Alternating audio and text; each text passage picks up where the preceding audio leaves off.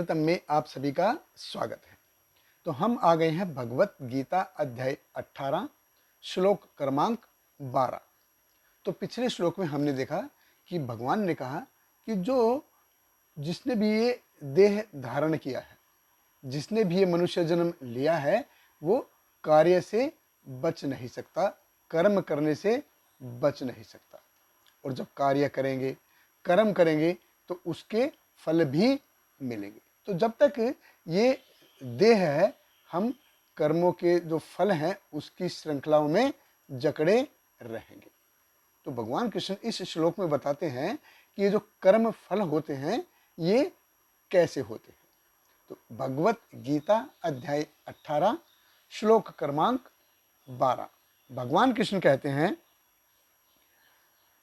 अनिष्टम इष्टम मिश्रम च त्रिविधम कर्मण फलम भवति ऐत्यागी नाम प्रेत्य न तु सन्यासी नाम कश्चित। भगवान कृष्ण कहते हैं, जो त्यागी नहीं है उसके लिए इच्छित इष्ट, अनिच्छित अनिष्ट तथा मिश्रित, ये तीन प्रकार के कर्म फल मृत्यु के बाद मिलते हैं। लेकिन जो सन्यासी हैं उन्हें ऐसे फल का सुख दुख नहीं भोगना पड़ता। देखिए, भगवान कृष्ण बहुत ही महत्वपूर्ण बात बता रहे हैं कि अत्यागी नाम, अगर कोई अपने कर्म फलों से बहुत ज़्यादा आसक्त है, कर्म कर रहा है और जो कर्म के जो फल हैं उनके प्रति बहुत ज़्यादा आसक्त है, तो हमने देखा दो प्रकार के व्यक्ति भगवान ने बताया, एक तो त्यागी और सन्यासी। तो त्यागी और सन्यासी कौन है? तो फिर से हम जो कर्मों की जो डेफिनेशन है उसके ऊपर जाते हैं। दो प्रकार के कर्म थे, नियत कर्म और काम्य कर्म। नियत कर्म जो हमारी प्रिस्क्राइब ड्यूटी है, जिनसे हम बच नहीं सकते, जो हम सबको वो करने चाहिए, हर एक को वो करने चाहिए। अपनी जो नियत कर्म है सभी को करने चाहिए, करने पड़ते हैं, उनसे बचा नहीं जा सकता। दूसरे हैं काम्य कर्म, जो मैं अपनी व्यक्तिगत इच्छाओं की पूर्ति के लिए करता हूँ।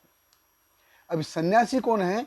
जिसने काम्य कर्मों को पूरी तरह से त्याग दिया है, उसके जीवन में कोई पर्सनल डिजायर नहीं है, व्यक्तिगत इच्छा नहीं है। त्यागी कौन है? जिसने काम्य कर्मों को पूरी तरह त्याग नहीं किया है।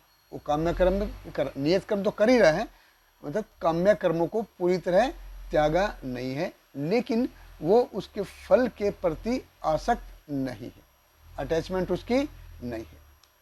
लेकिन जो काम्य कर्म कर रहा है उसके फल से भी आसक्त है, वो अत्यागी नाम।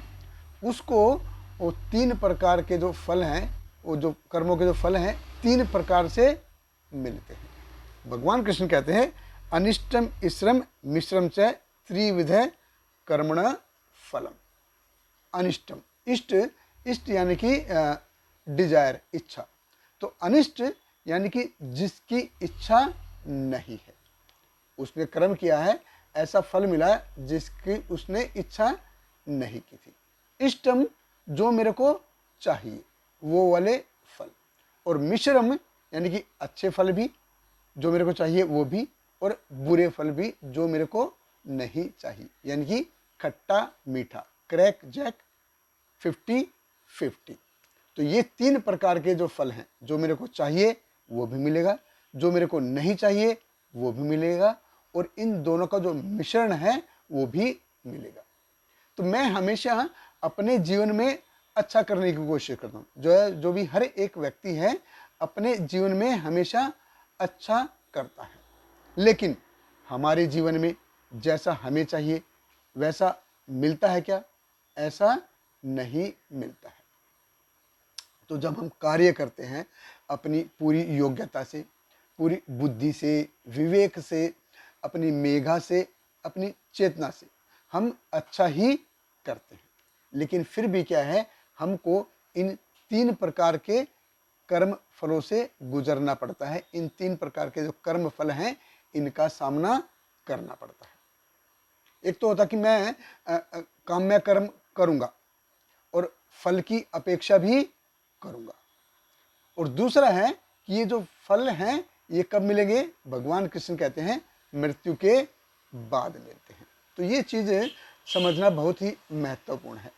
ये चीज़ समझना बहुत महत्वपूर्ण है कि जो मेजॉरिटी जो हम कर्म करते हैं उनके जो रिजल्ट हैं, उनके जो कर्म फल हैं, ज़्यादातर हमें मृत्यु के बाद मिलते हैं, यानी कि अगले जीवन में मिलते हैं।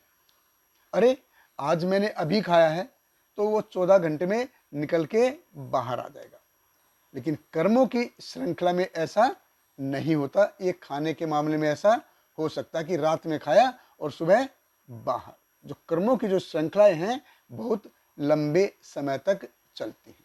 जब हम कई बार कहते हैं ना, अरे कितने सारे लोग हैं वो गड़बड़ करते हैं, गड़बड़ आदमी है, लेकिन उसके जीवन में अच्छा हो रहा है। कितने सारे अच्छे लोग हैं लेकिन उनके जीवन में हमेशा गड़बड़ रहती है। ऐसा कैसे है?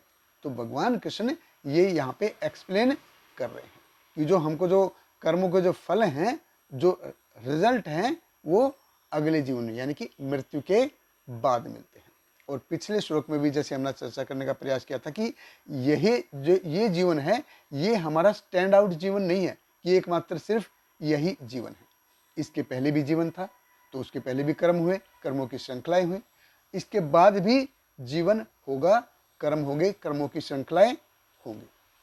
कोई व्यक्ति ऑफिस जाता है तो उसका एक दिन का ऑफिस जाना नहीं होता, 50 साल से वो ऑफिस जा रहा है। तो पहले भी ऑफिस जाता था, कल भी ऑफिस जाता था, आज ऑफिस जा रहा है और कल भी ऑफिस जाएगा।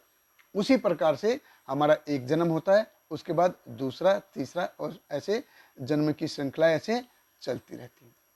गांव में जैसे होता ना, चक्की में जैसे पीसते थे, तो अगर जल्दी जल्दी पीसेंगे तो खुरदरा आट निकल के बाहर आएगा, और अगर हम धीरे धीरे पीसेंगे तो बहुत ही पतला, बहुत ही महीन पीस के आएगा। ऐसे ही हमारे जीवन में जैसे कर्म है, कर्म जैसे जिस चेतना से हम कर्म करेंगे। देखिए अगर मेरा ये जो जीवन है, ये अगर शरीर जो कफ प्रधान है तो वो रातों रात बदल के वात प्रधान नहीं हो सकता, और अगर मेरा शरीर वात प्रधान है तो रातों रात बदल के ये पित्त प्रधान नहीं हो सकता। तो इस जीवन में हमें जैसे रहेंगे हमको ऐसे धैर्यवान रहना चाहिए। तो इस जीवन में अगर मेरे साथ गड़बड़ हो रही है, हमारे साथ गड़बड़ हो रही है, तो अगले जीवन में अच्छा हो सकता है। इस जीवन में सब कुछ अच्छा चल रहा है, मजे हैं, तो हमको ये गलत धारणा में नहीं रहना चाहिए, अगला जीवन भी है। बहुत बहुत धन्यवाद। हरे कृष्ण। श्रील प्रभुपाद की जय। हरे कृष्णा कृष्ण कृष्ण हरे हरे, हरे रामा राम राम हरे हरे।